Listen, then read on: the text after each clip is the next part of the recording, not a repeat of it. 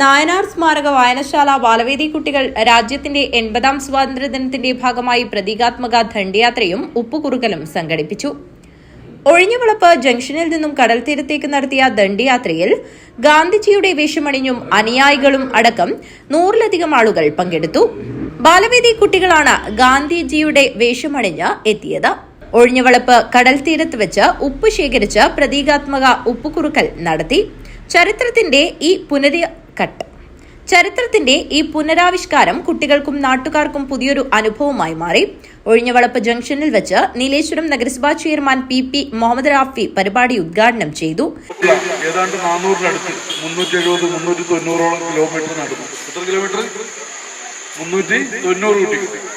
390 kilometre എവിടത്തേക്ക് എത്തിയെന്നറിയോ? എവിടത്തേക്ക് എത്തി? കാഞ്ഞങ്ങാട്ടേക്ക് എത്തോ? ഇല്ല.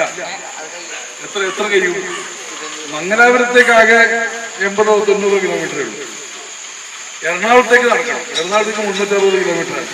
അത്ര ദൂരത്തേക്ക് നടന്നെത്തുമ്പോഴേക്ക് രാജ്യത്താകെ ഈ ഉപ്പു സത്യാഗ്രഹത്തിന്റെ വലിയ സമരങ്ങൾ ഈ നമ്മുടെ രാജ്യത്തൊട്ടാകെ ആരംഭിച്ചു.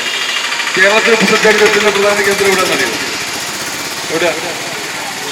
നമ്മുടെ തൊട്ടടുത്താണ് പയ്യന്നൂര് നമ്മുടെ നേതാക്കന്മാരായ ആളുകളൊക്കെ പങ്കെടുത്തുകൊണ്ട് നടത്തിയ ഒരു മഹത്തായ സമരത്തിന്റെ ഒരു പുനരാവിഷ്കാരം ഇവിടെ നായനാർ സ്മാരക വായനശാല നടത്തുകയാണ്. അതിലൂടെ നിങ്ങളും കൂടി എന്താവുകയാണ്? ആ ചരിത്രത്തിലേക്ക് നേരത്തെ സ്വാഗത ഭാഷകൾ സൂചിപ്പിച്ചതുപോലെ ആ ചരിത്രത്തിന്റെ കൂടെ നിങ്ങൾ നടക്കുകയാണ്.